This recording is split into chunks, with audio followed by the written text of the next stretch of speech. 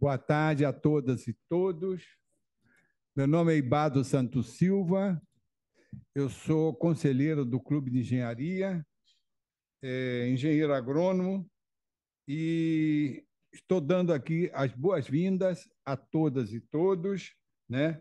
E estou avisando que esse evento está sendo gravado e é, que o Clube de Engenharia vai emitir declaração de participação, conforme solicitação que pode ser enviada para o e-mail divisóis-tecnicas@clubedeengenharia.org.br, tá?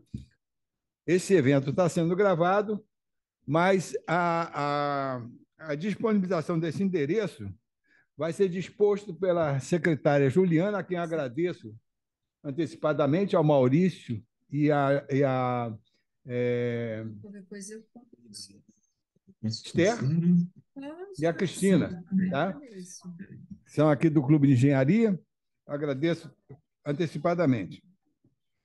E convido para a mesa a engenheira Tatiana da Silva Ferreira, que é diretora de atividades técnicas e atividades da sede campestre.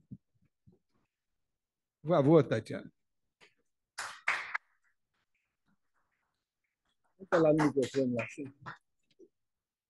Pega o microfone aqui, não tem microfone. Obrigada, uma boa tarde a todos os presentes fisicamente e os presentes por formato virtual, que, embora distantes, conseguem se fazer participativos em um evento como esse. Como o Ibá disse, eu me chamo Tatiana Ferreira, é o que eu uso, né? Eu estou diretora da área técnica aqui do Clube de Engenharia, também cuido um pouco da parte administrativa das atividades da sede campestre, que fica em Guaratiba. Além disso, eu coordeno aqui no Clube de Engenharia a SAI, que é a Secretaria de Apoio ao Estudante. E aí fico feliz em estar participando de um evento dessa vez com a presença de estudantes da área de arquitetura, porque uma das questões que a gente sempre ouve é clube de engenharia, só para engenheiros. Não.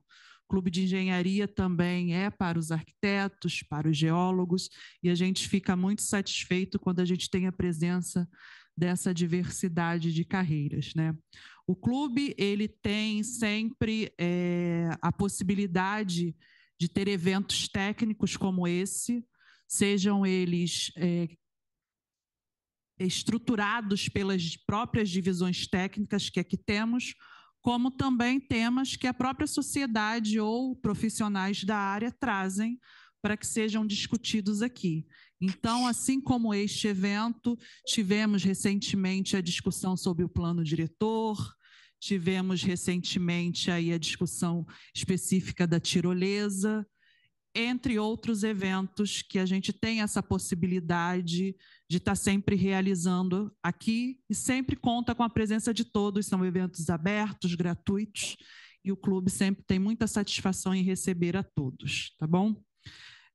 Ao final do evento, eu vou apresentar para vocês, para quem ainda não é associado do clube, como pode se tornar associado, as possibilidades que tem, para que possa estar sempre recebendo, né, além de estar visitando as nossas redes, poder receber o nosso mailing com os eventos que acontecem quase que diariamente, né? São vários eventos semanais aqui no clube. Então, com satisfação, obrigada pelo convite, sejam todos bem-vindos aqui. Tá bom?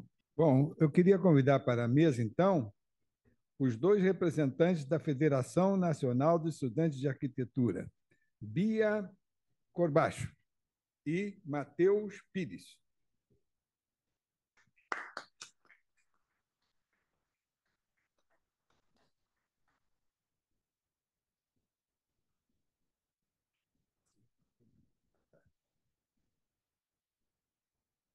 Boa tarde, eu sou Beatriz Corbacho, sou diretora de Relações Externas da Federação Nacional de Estudantes de Arquitetura e Urbanismo e sou graduanda do 5º período da Universidade Federal Fluminense.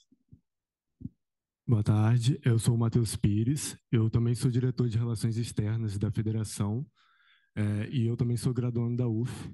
A Federação, para quem não conhece, é uma instituição de estudantes de arquitetura e urbanismo que se faz presente em outras instituições e tenta trazer um pouco da aproximação de instituições como o CAL, por exemplo, para a nossa realidade acadêmica. E a gente quer agradecer o convite, tanto do Clube da Engenharia, quanto do Movimento Pão de Açúcar Sem Tirolesa, para a gente compor essa mesa.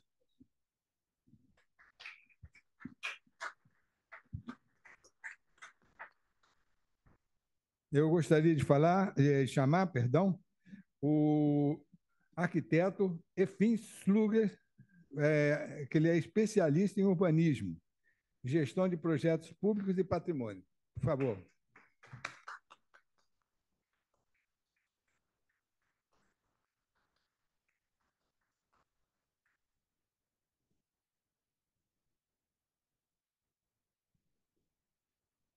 Boa tarde a todos e todas. Me chamo Efim Sluger, como fui já apresentado. Sou arquiteto formado pela Universidade Federal do Rio de Janeiro, Faculdade de Arquitetura e Urbanismo, com mestrado na Universidade de Harvard, nos Estados Unidos. Trabalhei muitos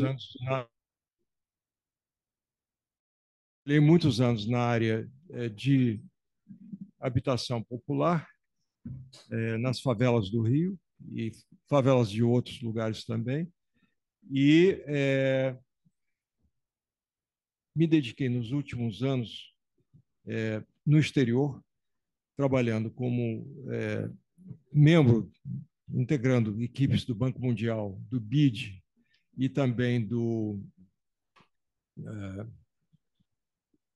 aqui no Brasil, nós organizamos uma empresa de consultoria.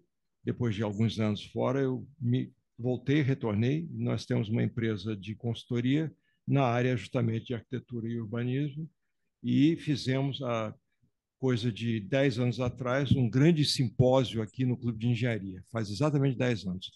E publicamos esse livro. A Miriam é minha sócia nessa empresa, chamada Ocno, e nós discutimos a questão aqui no Clube de Engenharia de transformações de áreas centrais das grandes cidades pelo mundo afora. São 6 casos aqui no livro, com 16 artigos, e era ocasião em que o governo do estado e da prefeitura estavam lançando o Porto Maravilha. Então, nos interessava muito saber como os outros fizeram, para aprendermos as lições desenvolvidas em cidades como Buenos Aires, Cidade do Cabo, Londres, Nova York e Havana, em Cuba. Então, era isso. E eu vou fazer uma breve apresentação para vocês daqui a pouco. Obrigado. Recebi aqui um recado de que a arquiteta Paloma Yamagata está online. É com muito prazer a sua presença, Paloma.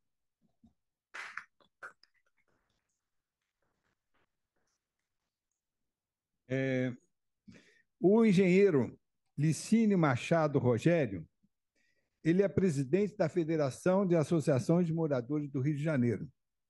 Ele não pôde estar presente e ele pediu que eu fizesse a seguinte fala. Eu vou falar aqui em síntese o que ele ia expressar.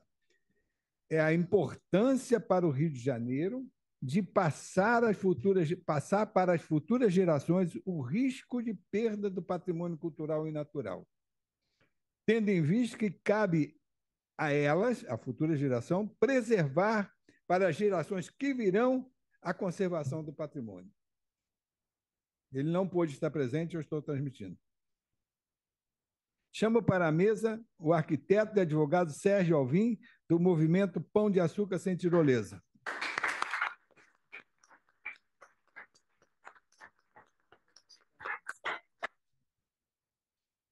Alô, alô, que bom.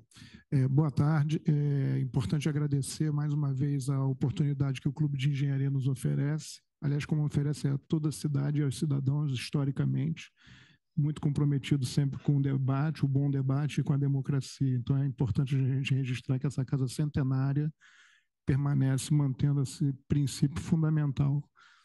Agradecer aqui aos componentes da diretora Tatiana, EFIM, Bia e Matheus, e todos os que estão aqui presentes e também os que estão online. Eu sou arquiteto também, né?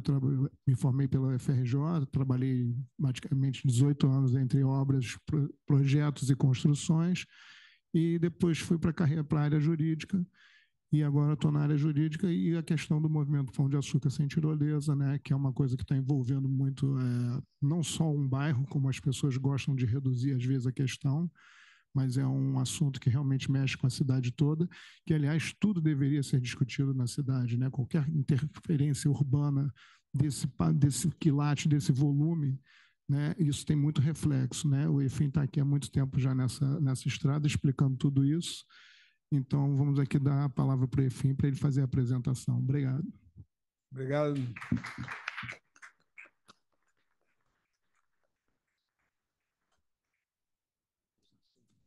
Bom, eu queria falar agora sobre um assunto que me diz respeito, tá?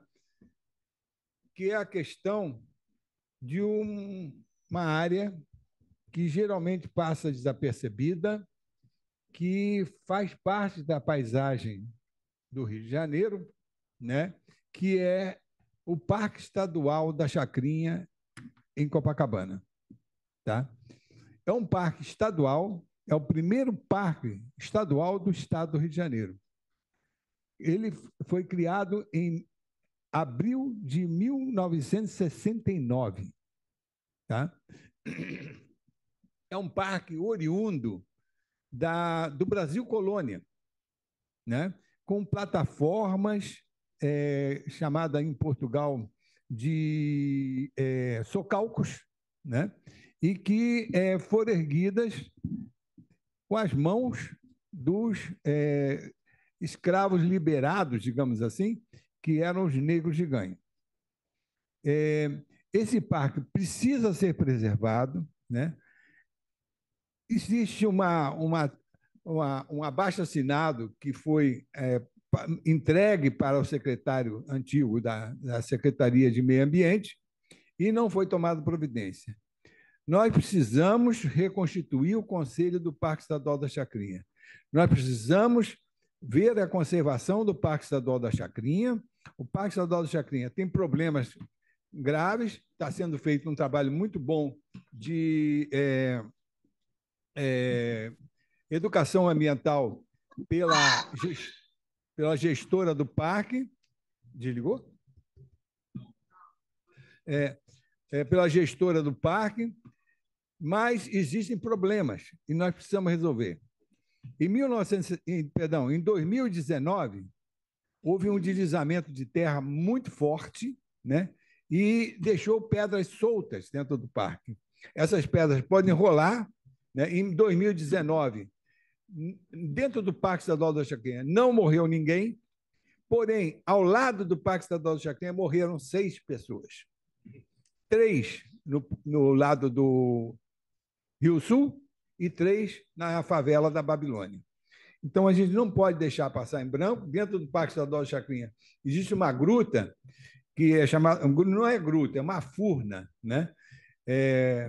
Mas o povo, né, oralmente, falou que é gruta. Então, ficou a palavra gruta. Então, essa gruta, por ali existe a história oral de que tenha passado Joaquim José da Silva Xavier, o Tiradentes, tá? E ele pode ter servido ali no Dragões de Minas, que é ali, a 50 metros do Parque Estadual da Chacrinha, onde tem aqueles 2 arcos sobre a ladeira do Leme. Tá? Eu queria lembrar isso para que a gente possa preservar esse parque. Com quem eu tenho falado, tanto na área de profissionais, não político, mas profissionais na área estadual, como também junto à população, ninguém é contra a participação de outras unidades de conservação que existem ao lado. Existem 5 unidades de conservação. 4 não têm sede. A única que lutou e conseguiu a sede foi o Parque Estadual da Chacrinha. Então, conviver é muito bom, né? A gente tem que conviver junto, mas temos que respeitar uns aos outros. Muito obrigado.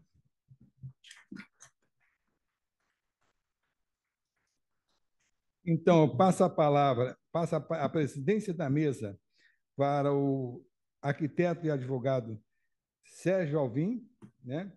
E dou início às falas aqui para o síndico.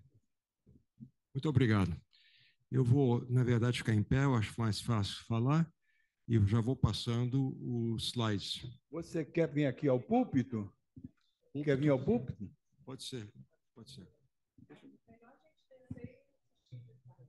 É o quê? É melhor. A gente descer e assistir. Isso. Ah, tá. Isso.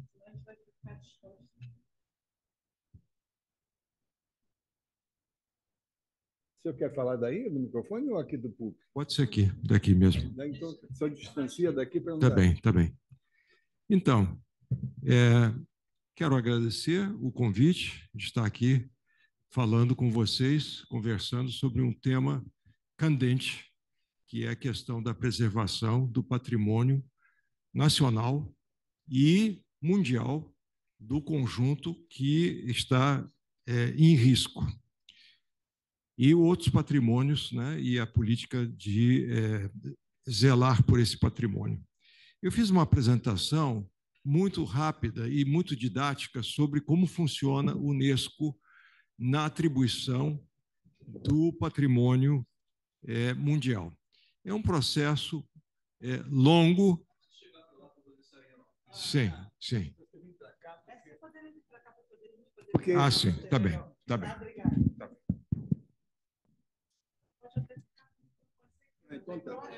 Tá bom. Sim. Então, o procedimento da UNESCO se baseia na convenção aprovada em 1972 de designar monumentos de extraordinário valor para a humanidade. O processo não é simples e vou mostrar, então, o que enseja esse processo.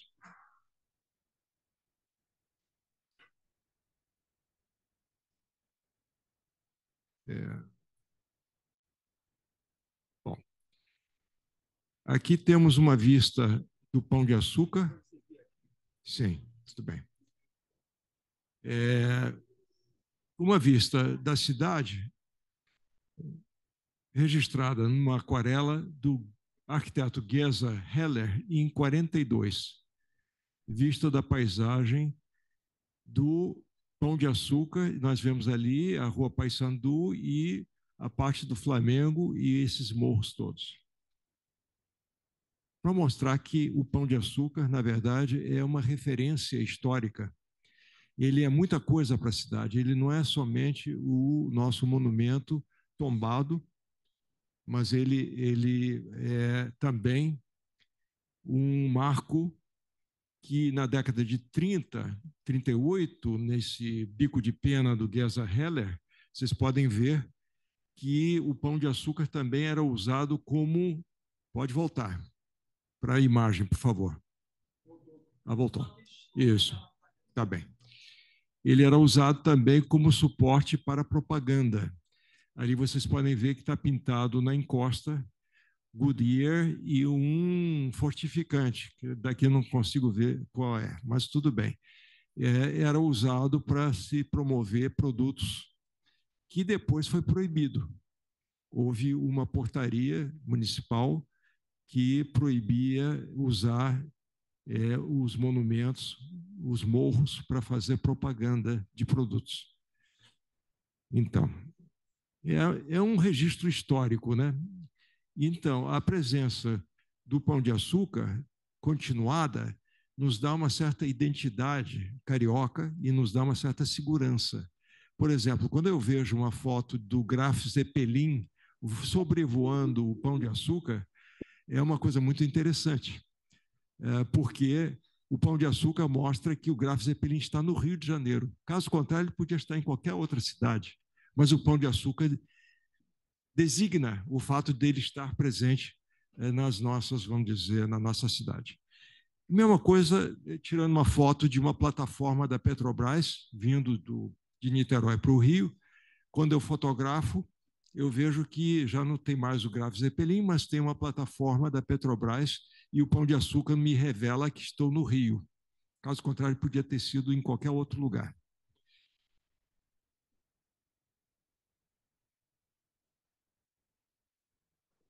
Isso é muito comum, não se preocupem. Isso acontece. Já foi. Então, vamos agora para o tema. Tá. Para o tema que é o que é patrimônio cultural e natural da humanidade. Essa escala humanidade é outra, ela não é patrimônio nacional, ela é de todos os povos. O conjunto formado por monumentos, grupos de edifícios e sítios que têm um valor universal, do ponto de vista histórico, estético, arqueológico, científico, etnológico ou antropológico. Opa, foi rápido demais. Essa foto eu tirei esta semana, vindo de Niterói para o Rio, e está lá o nosso Pão de Açúcar, sem, vamos dizer, nenhuma coisa dependurada sobre ele. Mas está lá o hotel da Varig, que continua sendo o hotel, e 2 barcos à vela, como deve ser usada a Baía da Guanabara nessas circunstâncias. E o patrimônio natural? São formações físicas, biológicas e geológicas excepcionais, habitats de espécies animais e vegetais ameaçadas, além de áreas que tenham valor científico de conservação ou estético excepcional e universal. Esses são os atributos que o Unesco preza, ou seja, esses são critérios, na verdade, para uma designação para a lista do patrimônio da humanidade. O que é patrimônio da humanidade, vale dizer, de todos os povos? É a Convenção do Patrimônio Mundial, Cultural e Natural, adotada em 72 pela Unesco, e que tem por objetivo incentivar a preservação de bens culturais e naturais que sejam significativos para a humanidade. Esse significativos para a humanidade é um conceito muito importante pelo seguinte, o valor do patrimônio é sempre um atributo da sociedade e nunca do mercado. O mercado sabe tudo de preço e nada sobre o valor. O valor somos nós que damos. Isso é muito importante distinguir, porque existe uma grande confusão. Parece que tudo pode ser reduzido, né, a uma valoração mercantil. Mas, na verdade, tem outras valorações, como, por exemplo, valor de legado. O que é valor de legado? É nós podermos que os nossos herdeiros usufruam daquilo que nós usufruímos. Ou seja, a fruição contínua de um bem que é público e não será, vamos dizer, eliminado ou danificado ou extinto, na pior das hipóteses. O que pode extinguir um patrimônio? Efeitos do clima, por exemplo, podem destruir um casario, pode destruir um quarteirão, uma cidade inteira, pode também destruir uma cobertura vegetal em algum lugar, uma floresta, e guerras. As guerras destroem muito patrimônio. Nós vamos ver isso.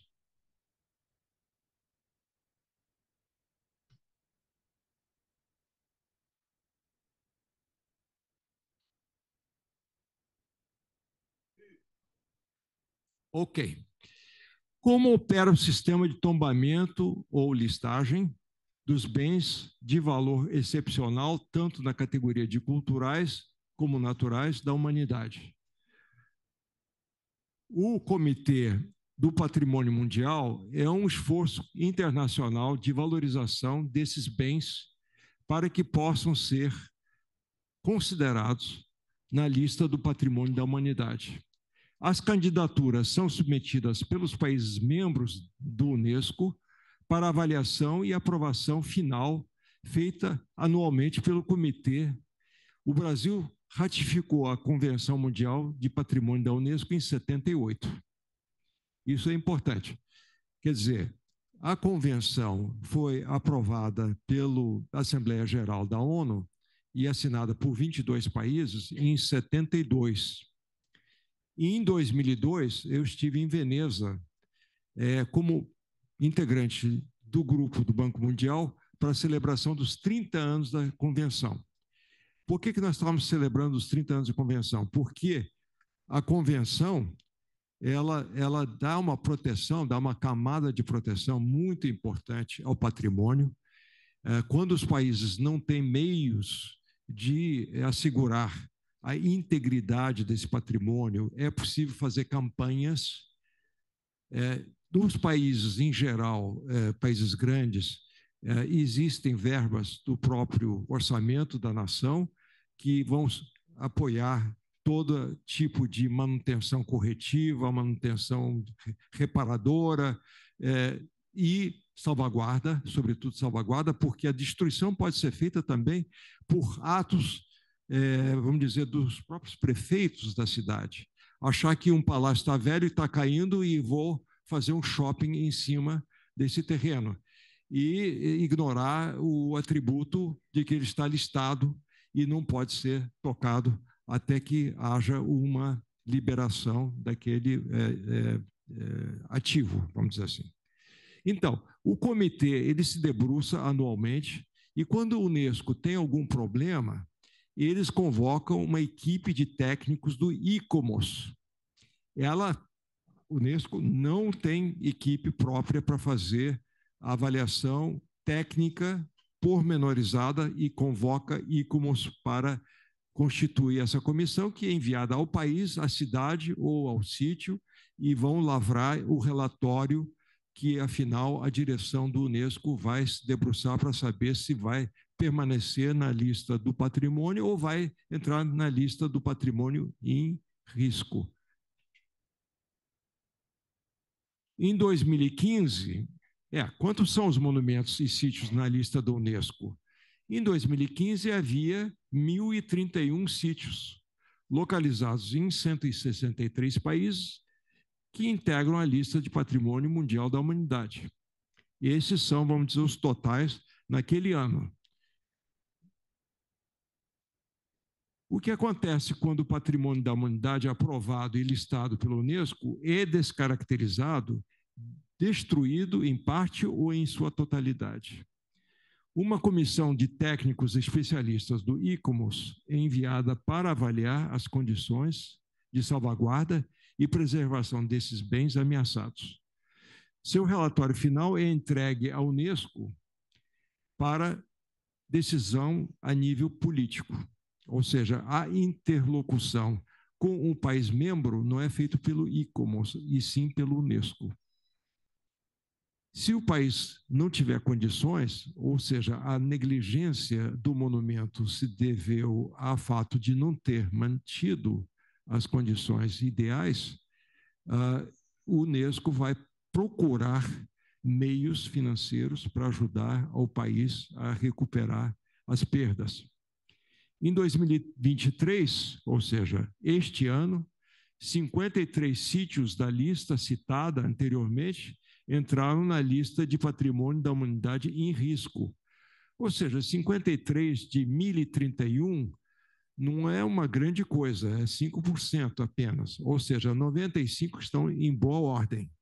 Estão bem mantidos, estão funcionando, estão bem conservados, preservados e salvaguardados. Agora eu vou citar alguns casos da lista de patrimônio em risco. O primeiro é o mais recente de todos, que é a cidade de Odessa, na Ucrânia. essa cidade tem um valor muito especial para mim, particularmente, porque meu pai nasceu lá. E meu avô nasceu lá também. E minha avó nasceu lá. Eu sou imigrante russo, originário, em parte, de Odessa.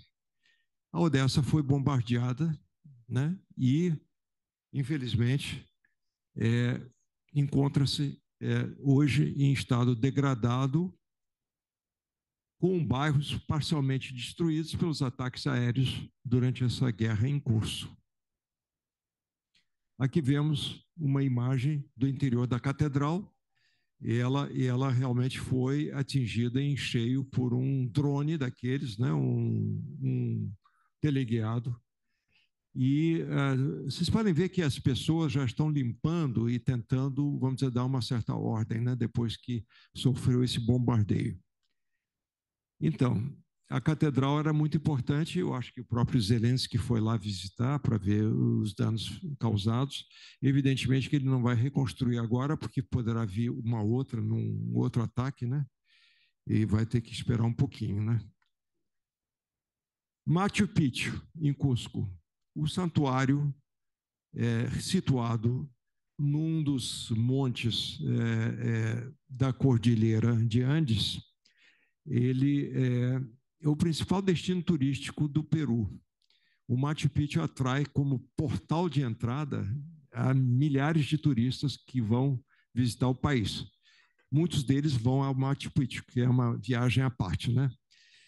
Então, ela é de excepcional paisagem, cultura, arqueologia e história. Em 2005, o Unesco reportou ao governo do Peru sobre o início de processo de integrar a lista de patrimônio mundial em risco, devido ao crescimento vertiginoso da expansão do povoado de Águas Calientes, que fica bem no sopé do santuário de Machu Picchu. É uma favela. O que aconteceu? Eles estavam construindo uma linha estrada de ferro de Urubamba não, da outra cidade, ao lado. Eu vou me lembrar do nome. Que iria ligar, então, por via férrea ao Santuário de Machu Picchu. Quando terminou as obras, os operários ficaram. E, como não tinha onde viver, fizeram um pequeno povoado. Então, a favelinha foi construída e hoje está desse jeito. Ou seja, tipicamente uma construção que não condiz com o sítio sagrado de Machu Picchu. E a Unesco queria que o governo fizesse alguma coisa em relação a isso, ou seja, uma remoção parcial, talvez uma urbanização, e esse foi um dos itens do relatório do ICOMOS, que chegou às mãos do Banco Mundial através do presidente Alejandro Toledo ao presidente do Banco Mundial, que constituiu logo uma equipe de identificação que foi enviada ao campo para ver o que era o problema, qual era, e o que poderia ser recomendado a fazer. Então, esse era um dos pontos. O ponto seguinte era a questão do caminho Inca. O caminho Inca que estava com uma sobrecarga de visitação de turistas. E, durante alguns anos, essa sobrecarga eliminou a cobertura vegetal. E por que eliminou a cobertura vegetal? Porque eles acampam e fazem comida, esquentam comida, marmita, então eles precisam de lenha. Então, nada mais fácil do que ir lá na árvore e cortar ela, né? Quer dizer, e vai cortando e vai desbastando e fica uma situação em que a Unesco diz, bom, isso descaracteriza o caminho dos Incas, que tinha uma vegetação boa, porque os mensageiros do imperador, eles percorriam tudo a pé. Eles não tinham roda, não tinham conhecimento de roda, imaginam. No século XVI, eles não tinham conhecimento de roda e não tinham carros e também não tinham animais de carga.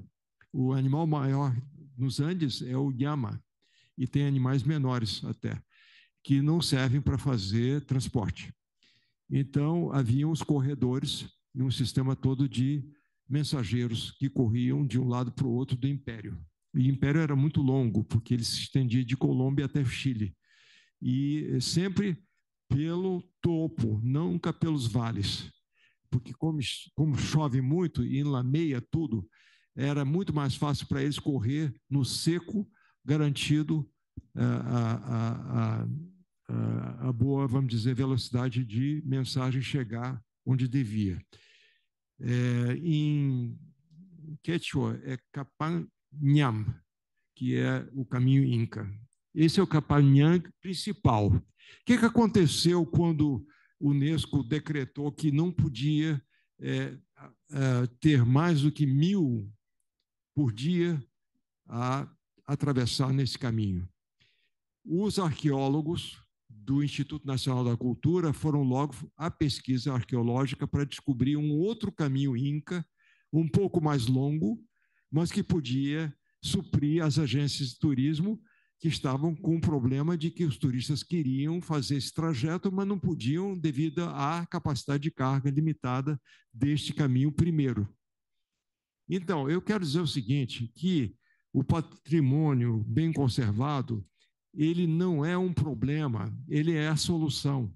Porque, ao proibir o uso desse caminho principal conhecido, eles foram descobrir um caminho que também era Inca, que não era utilizado porque o mato tomou conta daquilo e os arqueólogos descobriram que os Incas usavam o caminho alternativo também, que leva algumas horas a mais do que esse. Bom, o Parque Nacional de Everglades é o terceiro exemplo que eu dou de patrimônio na lista do Patrimônio da Humanidade em Risco. Em 93, o Comitê da Unesco informa ao governo dos Estados Unidos que 36 espécies de animais correm perigo de extinção devido ao uso predatório do parque. O que é o uso predatório do parque? Excesso em cima da capacidade de carga. E qual é esse excesso? É que as agências de turismo têm uma demanda muito grande e os turistas querem visitar e ver os animais. Mas eles vêm como? Eles vêm de barcos. Eles vêm de barcos a motor que atropelam os animais, matam os animais. Os crocodilos não conseguem sair da rota de barcos a motor vindo em alta velocidade. Então, o que aconteceu foi que houve a questão da ameaça à integridade do ecossistema e da sua biodiversidade. Esse foi o relatório do ICOMOS que o Unesco acolheu e transmitiu ao governo dos Estados Unidos. O Everglades também abarca um aquífero de Biscayne. É uma principal fonte de água potável do sul da Flórida. Ou seja, não é um simples parque, ele é um aquífero que supre de água potável uma quantidade de cidades do sul da Flórida, incluindo Miami, que é sul também da Flórida. Bom, de qualquer maneira, o caso norte-americano ele é emblemático porque nesse período em que a Unesco estava fazendo esses relatórios com ICOMOS, o Reagan resolveu tirar os Estados Unidos da Unesco. Retirou-se. Em vez de... Pois é impressionante isso. E ele retirou-se do Unesco e ficou muitos anos fora, até que Obama disse, não, isso é uma bobagem, nós vamos voltar a ser membros do Unesco porque esse é um serviço muito útil para a humanidade. Aqui está a foto dos manguezais do Everglades, com um barco que eu citei, que vai atropelando os crocodilos, né? Esses crocodilos são extraordinários porque só tem lá, não existe em outro lugar do mundo. Então, eles são, na verdade, uma espécie em extinção. Aqui nós temos uma foto do tal do animal, que está ali, né? Não sei se vocês estão conseguindo ver, ali na foto. Ele está bem camuflado, né? Ele está Está embaixo, exatamente. E, evidentemente, que essa questão da capacidade de carga é muito importante. Tanto para os nossos monumentos no Brasil, nós temos mais de 20 sítios de patrimônio da humanidade no Brasil. Afora Ouro Preto e mais conhecidos, né? Ouro Preto, Sabará, as igrejas da Salvador, Bahia, Olinda, as Missões, Fernando Noronha, Foz do Iguaçu, isso tudo está tombado na lista do patrimônio da humanidade. Evidentemente que nós não temos muitos outros parques nacionais, mesmo porque os parques nacionais no Brasil, com poucas exceções, eles são mais documentos do que parques organizados, como parques que nós conhecemos no Canadá, na Europa e nos Estados Unidos. Quer dizer, parques formais que têm centros de visitação, centros de pessoas que sinalizam como utilizar o parque, o que ver dentro desse parque, e etc. Né? Nós ainda vamos chegar lá, eu espero. Nesse particular, eu vou fazer um parênteses aqui, que está fora da apresentação de slides, que é a questão de financiamento. Nós ouvimos muito que no Brasil a dificuldade maior é financiar atividades na área cultural. Nós temos essa dificuldade porque tudo fica pendurado no orçamento público, quando, na verdade, existem outras fontes. E outras fontes seriam quais? Na Inglaterra, por exemplo, a Loteria Nacional, ela movimenta uma quantia gigantesca de recursos por semana. E lá tem uma lei que uma parte que fica para o governo da Loteria Nacional vai para atividades de cultura. E essa quantia é dedicada à construção de teatros, museus, atividades ligadas à educação em cultura, promoção de música, dança, pintura e artes plásticas. Eu não vejo por que não a Caixa Econômica não dedicar uma parcela da arrecadação gigantesca das apostas em mega-sena, em loteria, em bilhete de loteria, para causas que são coletivas. O que quer dizer causas coletivas? O povo todo usufruir. O Tate Modern, em Londres, que é uma usina elétrica do início do século XX, foi transformado em Tate Modern. Uma obra gigantesca que teve que retirar as turbinas e construção de mezaninos, mas um prédio gigantesco que tem a parte toda da coleção moderna do Tate, que não é pouca. Tem, inclusive, obras da Tarsila Amaral, do Portinari, do Di Cavalcanti. Vocês podem não saber disso, mas o Tate tem. E obras boas, porque tem obras e obras, né? Tem obras boas. Gratuita a entrada. Por quê? Porque o primeiro-ministro, na época que foi inaugurado o Tate Modern, disse claramente no discurso dele da abertura do museu: esse museu foi construído com dinheiro público, a maioria dos trabalhadores fazem suas apostas, sabemos disso, e, portanto, esse dinheiro é deles e a entrada será gratuita. Isso é boa política. Isso é política extremamente consciente, decente e íntegra. Nós temos que trilhar por esse caminho. Muito recurso no Brasil é perdido em projetos desnecessários. Vou deixar desse jeito, não vou detalhar porque não vale a pena. Mas esse desperdício em falta de qualidade em projetos públicos é o que distingue nós dos ingleses nesse particular.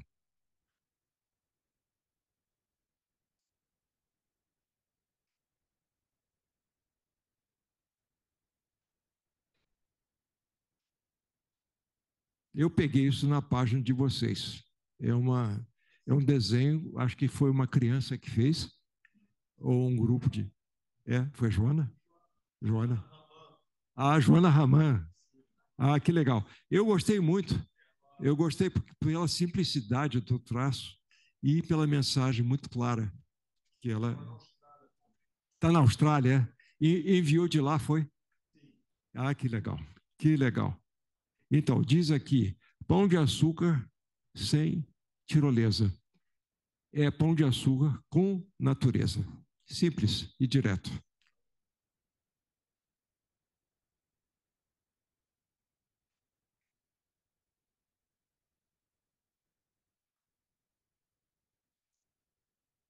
Aqui temos mais uma foto do nosso querido pão de açúcar, né? Que praticamente é um ícone que já está gravado na nossa mente de tal maneira que a gente não vai nunca esquecer, né? E diz o seguinte: o Rio de Janeiro é uma natureza que se tornou cidade, e é uma cidade que se dá a impressão de natureza. Stefan Zweig. E esta frase é parte utilizada, quer dizer, como epígrafe de um dos relatórios do dossiê de candidatura do Rio de Janeiro ao Patrimônio da Humanidade na categoria de Paisagem Cultural, 2012. Ou seja, eles foram buscar num grande pensador austríaco que veio se exilar no Brasil e quando viu do seu navio o Rio de Janeiro, pensou na grande natureza, né? A cidade que é uma natureza, mas também se pretende a ser, que dá a impressão de natureza. Eu acho o seguinte, que no fundo, o nosso dever é se ater à lei que promulgou esse tombamento.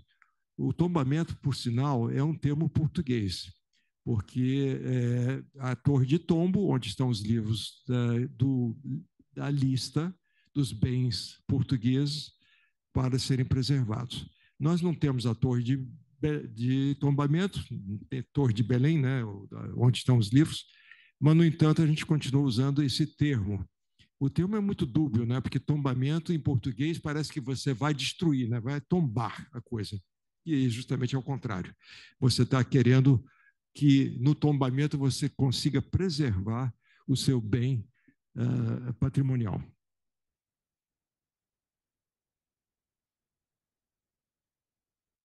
Vamos ver.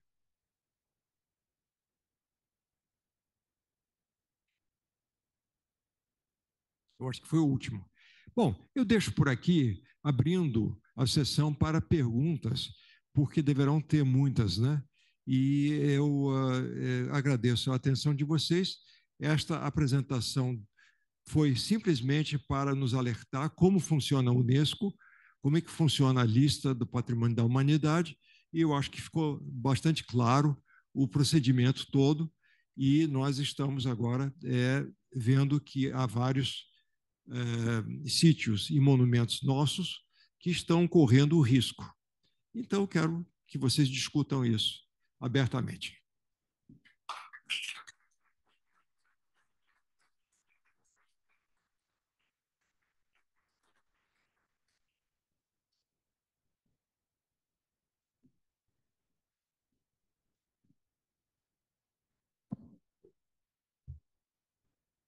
Vem cá, Esther.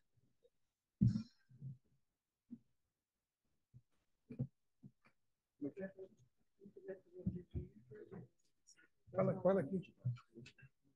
Boa tarde. Quem quiser fazer perguntas, por favor, depois me fala o nome que eu vou anotar para botar a ordem, tá bom? Obrigada. Eu quero lembrar também que aquelas pessoas que estão no virtual podem fazer pergunta no chat que será transmitido por nós, tá? Eu queria aproveitar a oportunidade, primeiro, de registrar a presença da nossa querida amiga Sueli Lema, que é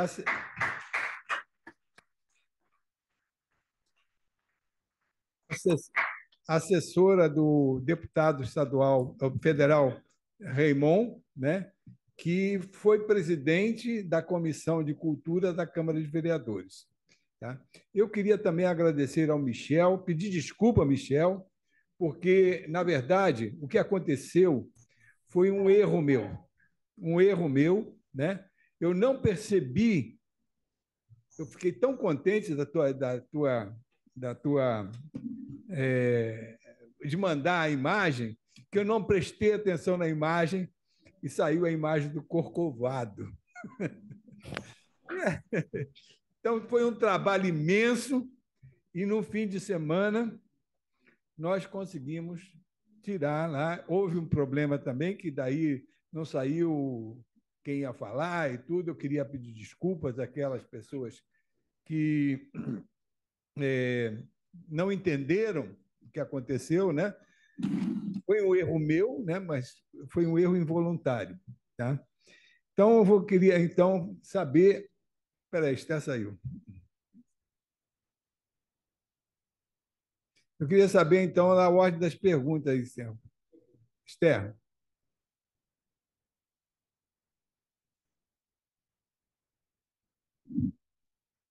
Não, espera aí, Esther. Melhor vir aqui por causa da imagem. Ah, sim, você pode vir. Por favor, se apresenta aqui. O senhor vai ter 2 minutos para falar, tá?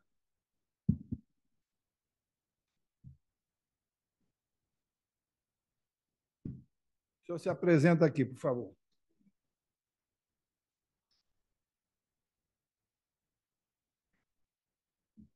Boa tarde a todos.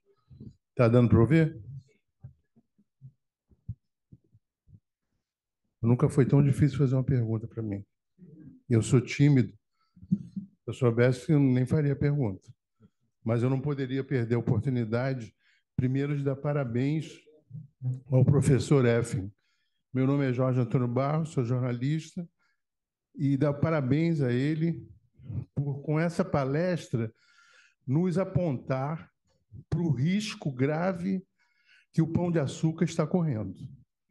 Com toda a decisão da Justiça favorável a manter o embargo, eu acho que o professor F está nos dando um alerta sobre esse risco que nós estamos vivendo. E a gente não pode, então, descansar enquanto esse embargo não for definitivo.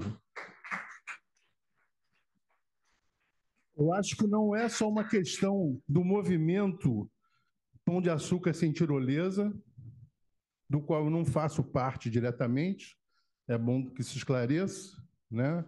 Mas apoio como cidadão, como jornalista.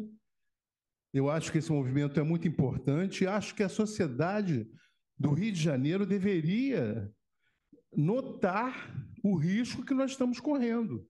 Era para toda a sociedade estar participando dessa luta. Para esse auditório aqui, está lotado. É isso que eu tô chocado com a apatia da sociedade do Rio de Janeiro, diante dessa gravidade. E a pergunta que eu faria ao professor é a seguinte: o senhor acha que há algum risco, de fato, de o Pão de Açúcar perder o título de monumento da paisagem carioca?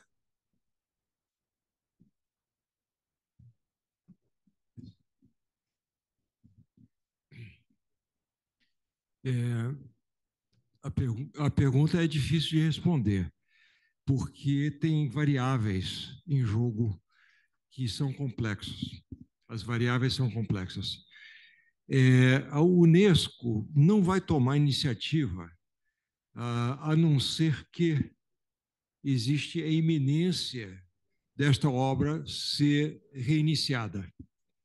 Ou seja, se houver realmente um dano, a integridade de um componente da paisagem, que é o Pão de Açúcar, aí haveria a Unesco de convocar o grupo de especialistas para vir fazer a avaliação da situação in loco, ou seja, no local. Eles não fazem nada à distância, não fazem nada sobre documentação, nada disso. Mas eles enviariam uma comissão para averiguar o que foi feito e se aquilo realmente impacta. Mas, como nós sabemos, se as obras de mutilação de um monumento já foram realizadas, o embargo deveria realmente ser permanente e definitivo.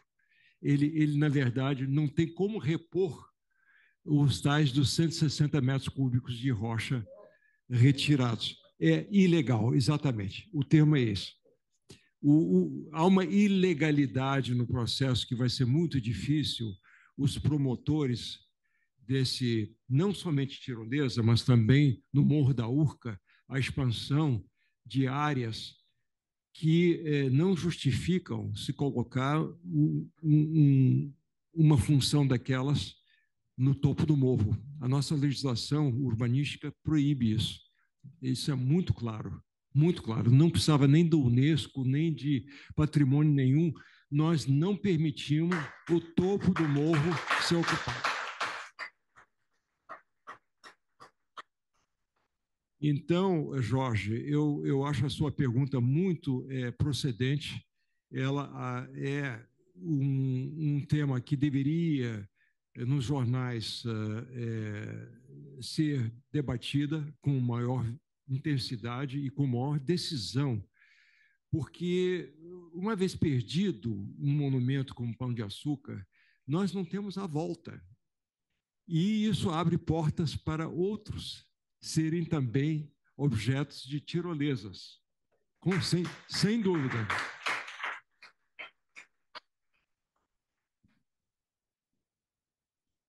Não, eu terminei. Outra pergunta, se há? Sim.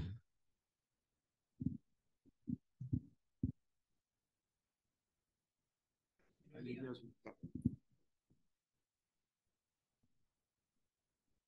Boa noite, meu nome é Christian, sou agente de turismo, guia de turismo, profissional de turismo.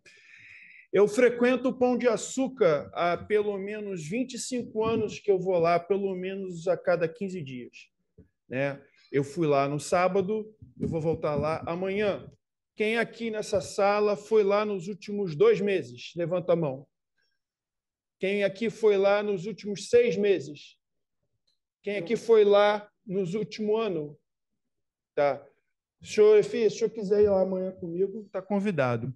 É uma questão muito importante a gente ter em mente que, ainda que eu não tenha títulos específicos na área de patrimônio, quem frequenta o Pão de Açúcar entende que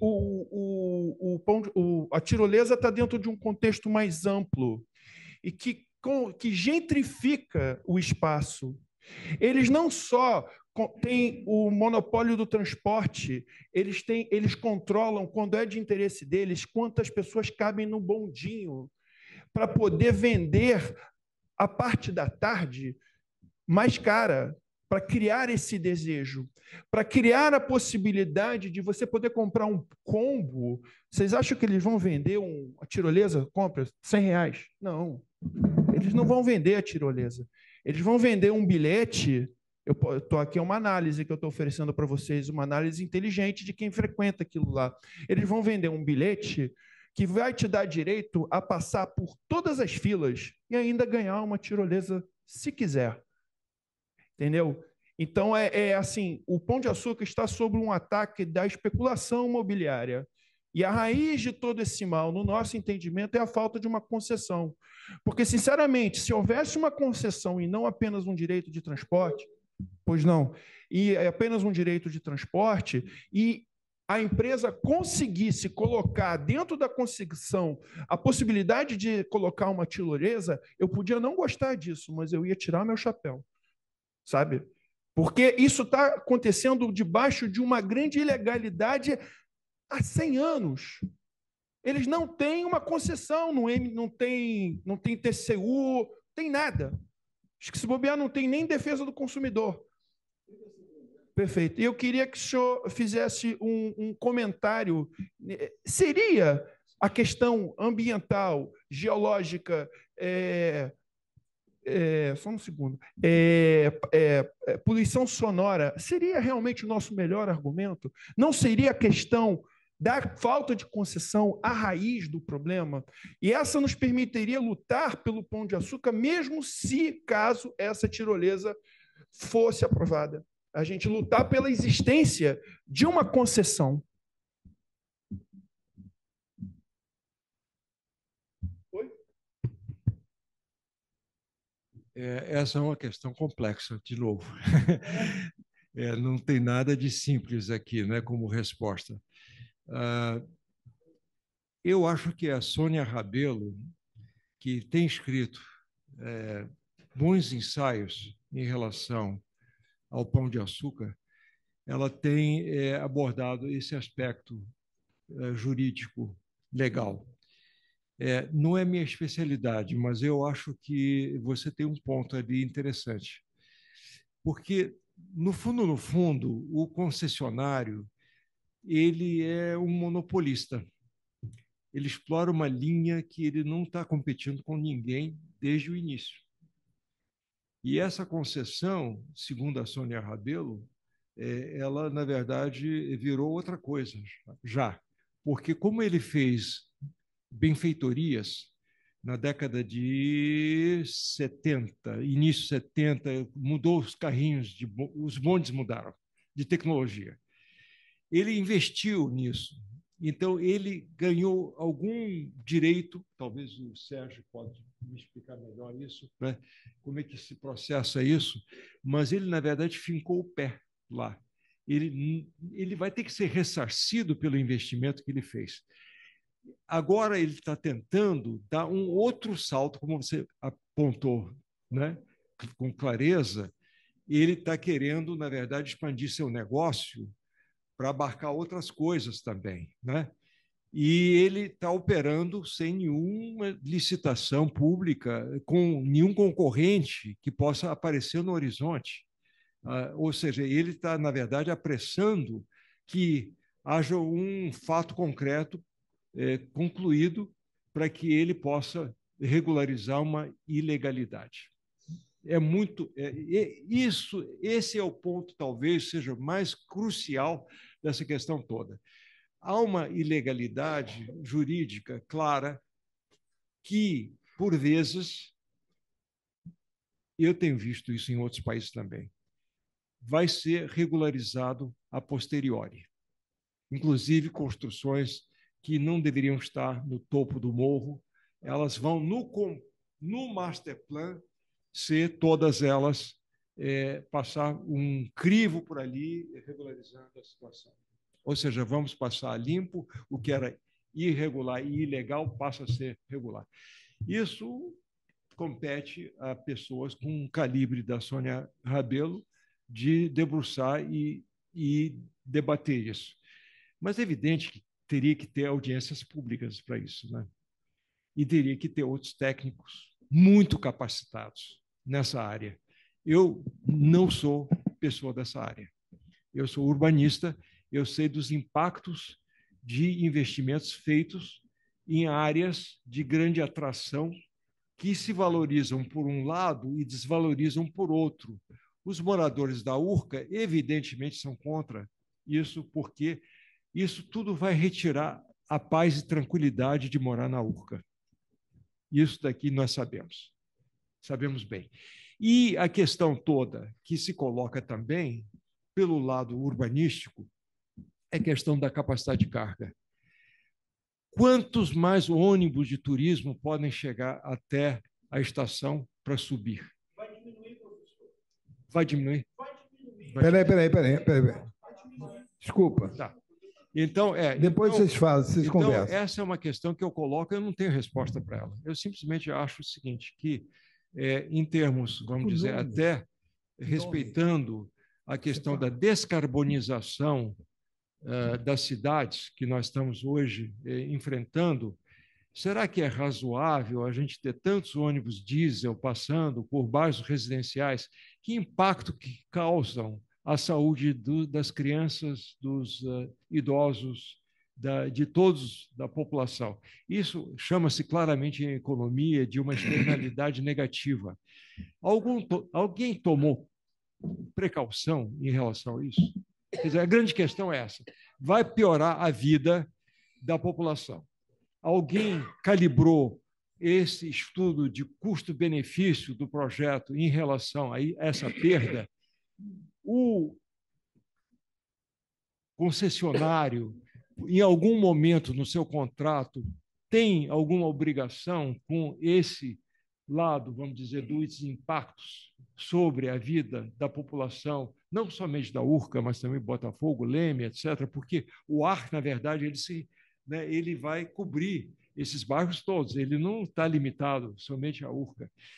Então, há várias questões a serem analisadas em profundidade, e isso me parece que é uma questão a ser colocada na pauta.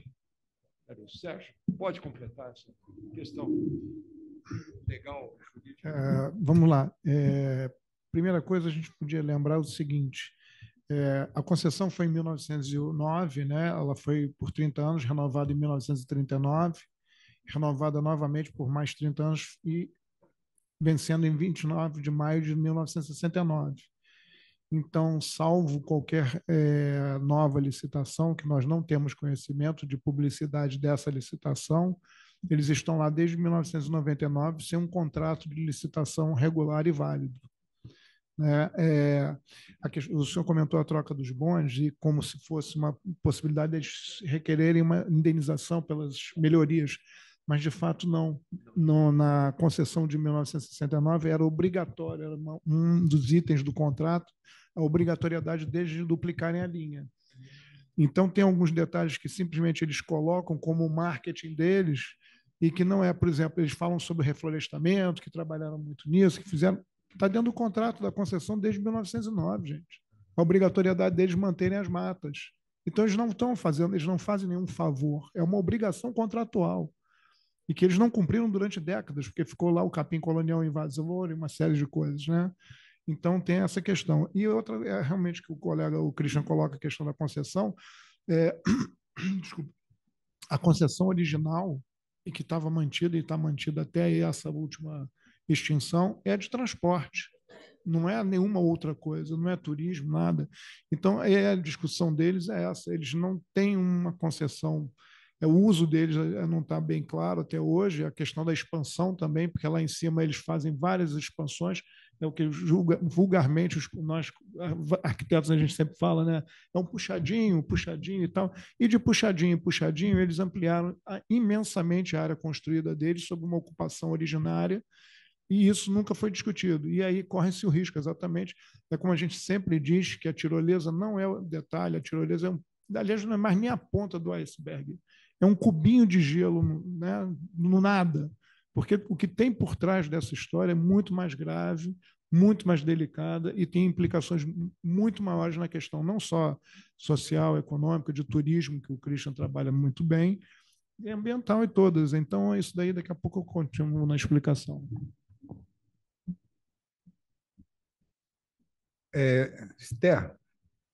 A gente tem algumas perguntas aqui no chat e eu vou ler aqui. A primeira é da Luciene Gomes e ela gostaria de saber se, por lei, todos os costões não estão impedidos de serem usados e por que não se aplicou a ciclovia da Niemeyer, ao Pão de Açúcar e outros que sofrem abuso imobiliário. Vem para cá. Luciene, é uma pergunta que ninguém sabe responder, porque o que acontece? Existe um bolo de legislações, né, não só estaduais, municipais, federais, e que com a Prefeitura do Rio, em que agora ela inaugurou uma secretaria chamada SMDIS, que é a Secretaria Municipal, elas chamam de Desenvolvimento, Inovação e Simplificação, mas eu chamo essa secretaria, na verdade, de destruição, especulação imobiliária e segregação social, que é o verdadeiro nome dessa secretaria, porque ela passa por cima de todas as leis, absolutamente todas as leis. Eles têm agora, tem um decreto, até numa das reuniões da Associação de Moradores da Urca, que apareceu um decreto de simplificação e de liberdade econômica, que eu acho um assinte porque eu não sei, não me lembro exatamente do texto completo, mas ele diz o seguinte: considerando ou sendo considerado de baixo impacto a atividade, ela pode ser autorizada independente da legislação urbanística. Eu nunca vi, eu desconheço, eu tenho que voltar para a faculdade para verificar uma lei que diz que eu posso descumprir a outra lei. É uma loucura o que essa secretaria fez e o que essa prefeitura está fazendo, né? Com todos os reflexos que a gente tem. Então, a questão das encostas ela é muito clara. Inclusive, se eu não me engano, ainda não parei para ler todo o plano diretor, eles estão permitindo a ocupação das encostas com um argumento que, para ser educado, eu chamaria de pueril. Vamos ocupar as encostas com a atividade econômica, leia-se especulação imobiliária, porque esse é o termo real, tá? Pode ficar bonito na justificativa do projeto, mas o termo é especulação imobiliária, para que não haja ocupação irregular das comunidades. Então, com a desculpa disso, eu vou permitir que o rico ocupe aquilo que eu não quero que o pobre possa ocupar, que não deve também, tá? As encostas devem ser protegidas. Mas se eu tiver que escolher, como gestor público, eu vou escolher que os ricos tenham os benefícios.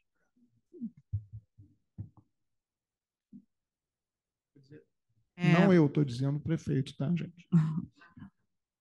Nós temos também uma outra pergunta aqui também do chat, né?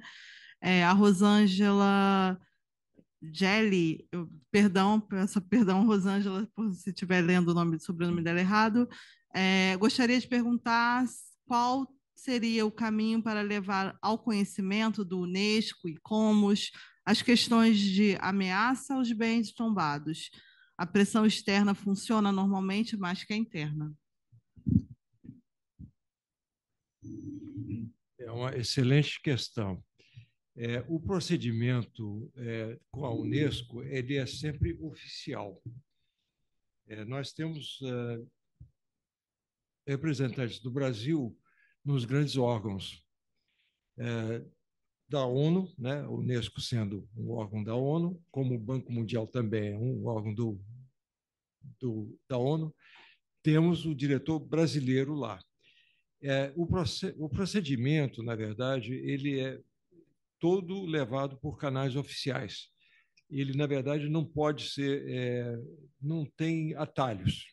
O prefeito da cidade ou o governador não pode, na verdade, acionar a Unesco.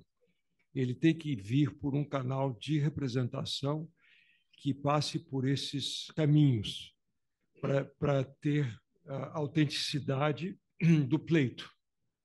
Senão, a Unesco teria que atender os moradores de Odessa, todos reclamando contra o ataque aéreo, por exemplo. E não teria condição nenhuma de atender a coisa alguma, né? Então, os procedimentos são sempre levados por canais oficiais. Agora, é evidente que, para nós chegarmos aos canais oficiais, nós temos que ter representação. E a nossa representação é através dos políticos eleitos. É através das comissões no Congresso, né, no Senado e nos ministérios, para que esse pleito seja levado avante. É claro que eu imagino, o Sérgio pode também me confirmar, e talvez poderia me confirmar, se, na verdade, os contatos informais com o ICOMOS Brasil já poderiam nos dizer se eles estão antenados com a questão toda. No caso atual, com o embargo das obras, eles não estão preocupados, porque, na verdade, está parado. O processo está parado. Não estão prosseguindo com as obras, não estão mais destruindo o monumento, e isso põe no gelo, por enquanto, essa questão. Mas daqui para frente, talvez haja alguma evolução dessa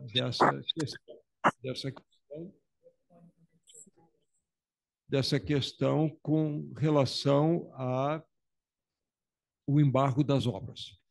Porque eu imagino que a empresa interessada nesse parque do Pão de Açúcar vai tentar todos os meios legais para reverter o embargo.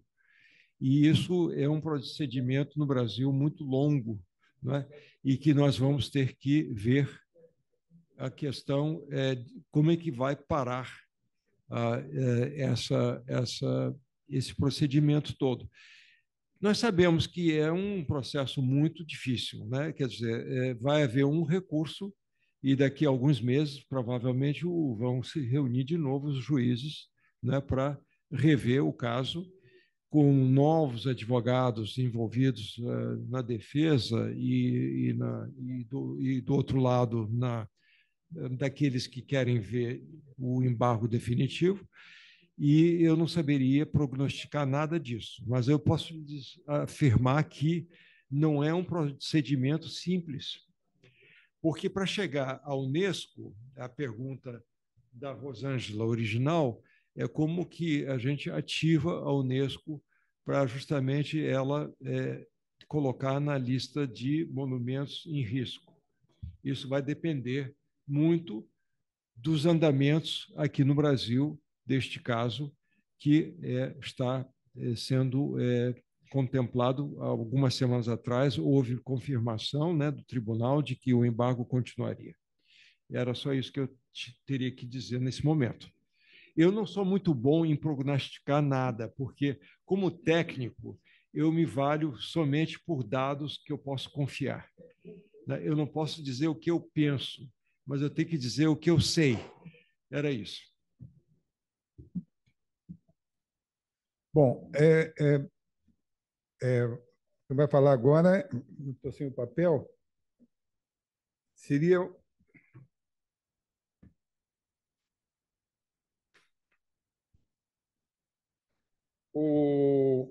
não sei, pela ordem que eu vi aqui, tá? Seria o Matheus, da Federação de Estudantes de Engenharia, de Arquitetura, e a Bia Corbacho.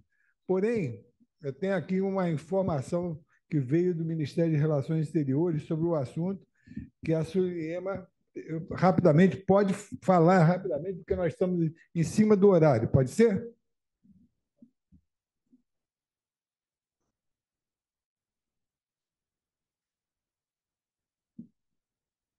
Obrigada, Ibá. Boa noite. Então, professor, o deputado federal Raymond, provocado pela sociedade civil, pelos movimentos em defesa do Pão de Açúcar, que estiveram conosco algumas vezes, em face também do fato de que ele vem acompanhando esta questão, nós oficiamos o Ministério das Relações Exteriores sobre a questão. E, de fato, a gente recebeu uma resposta do Ministério, resposta oficial do Ministério das Relações Exteriores, dizendo que, dentre outras questões, mas, sobretudo, em relação ao que foi mencionado agora, de que a Unesco recebeu do ICOMOS uma solicitação, né, chamando atenção para o que vem acontecendo no Pão de Açúcar. E, então, a Unesco pediu ao ICOMOS que mandasse mais informações para que, de fato, então, a Unesco pudesse se manifestar formalmente. E aí, o ICOMOS, então, diante dessa solicitação da Unesco, fez um novo pedido ao IFAM, né, para que o ICOMOS pudesse, então, substanciar melhor assim, a pergunta que fez, ou mesmo o pedido de atenção para com o monumento. Então, o ICOMOS pediu ao IFAM informações complementares. Pediu ao IFAM assim, quais seriam essas informações referentes às obras pretendidas? Descrição dos projetos, documentos gráficos, planos, fotos, projeções, avaliação do impacto patrimonial, documentos de aprovação do IFAM, informação do marco de proteção legal, análise das autoridades competentes da prefeitura sobre as manifestações técnicas apresentadas pela sociedade civil, demais documentos que possam contribuir para a adequada compreensão do projeto. Isso foi pedido feito pelo ICOMOS ao IFAM, mas, segundo o Ministério das Relações Exteriores, essa resposta do IFAM não chegou de volta para o ICOMOS. Então, estaria nesta fase, sabe? A Unesco não teria como emitir uma manifestação conclusiva em face do fato de que ela precisaria, a Unesco, de mais elementos, não só de uma chamada de atenção, mas eu preciso, efetivamente, a entidade, né, de informações mais concretas, mais materializadas. Assim, foi o que o Ministério nos respondeu por ofício, entendeu? E aproveitando rapidamente, o senhor também falou sobre audiência pública. O deputado Raymond, como vocês, a parte aqui já sabe, fez um pedido à Câmara dos Deputados para a realização de uma audiência pública, para que seja discutida lá na Câmara esse tema, discutido.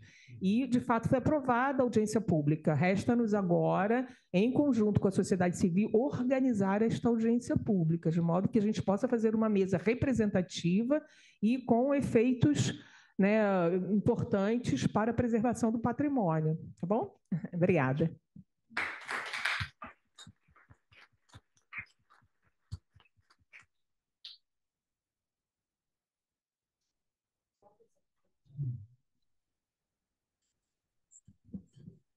Só avisar que, por conta do estouro do tempo, né, para que a gente consiga concluir, ficaram ainda algumas perguntas, algumas inscrições feitas via chat, e também acho que tinham 2 pessoas inscritas aqui.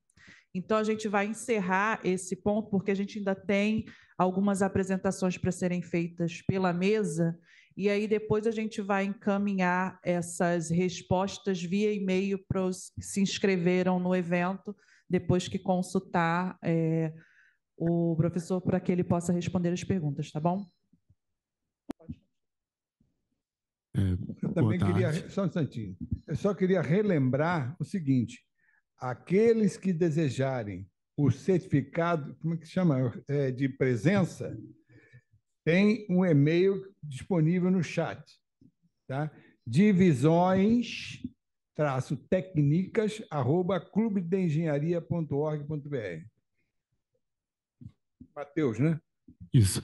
Boa tarde.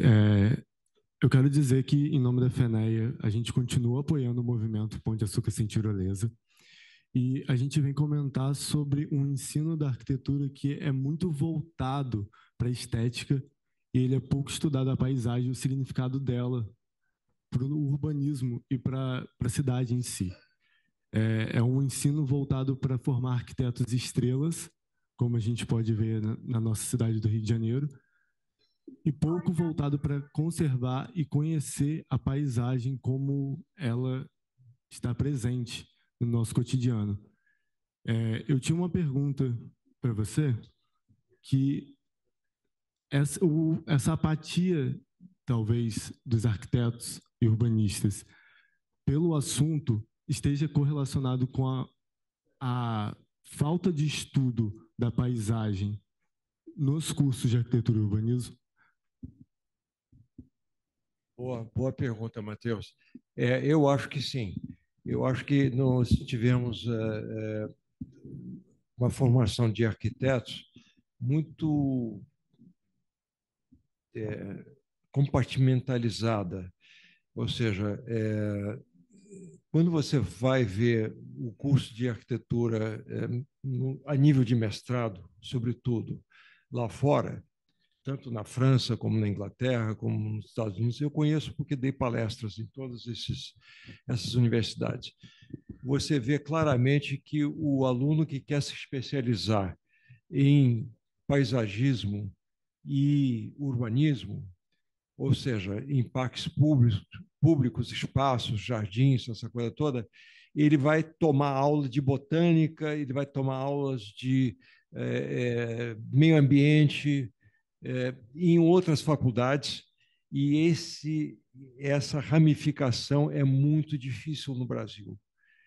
É muito estanque. A formação do arquiteto é muito estanque, ela é muito, vamos dizer, precisava ser revista. Precisava ser revista. Na especialização, o sujeito que é dotado de talento para paisagismo, ele vai, na verdade, fazer especialização fora do âmbito daquela faculdade que ele estudou. Mas e aí isso é uma complicação também, porque às vezes ele tem que tomar aula na URCA quando ele está na Ilha do Fundão. Vocês imaginam quantas horas ele gasta em trânsito para assistir a uma aula? Ou seja, não tem um entrosamento que eu achei, por exemplo, na minha graduação, pós-graduação. Eu tomava aulas no MIT, mas a minha universidade do diploma era Harvard. Mas a metade dos cursos que eu fiz era no MIT. Eu ia de bicicleta de uma universidade a outra. Isso que falta, essa é uma situação de desenho da cidade que nós temos. É uma decisão muito anterior a nós, né? Muitos de nós não éramos nem nascidos quando se decidiu que a cidade universitária deveria estar lá na Ilha do Fundão, muito longe da sede da Universidade do Brasil, que era na URCA. Então, nós temos uma situação em que a Biblioteca Central está num lugar e o prédio dos engenheiros, dos médicos, etc., está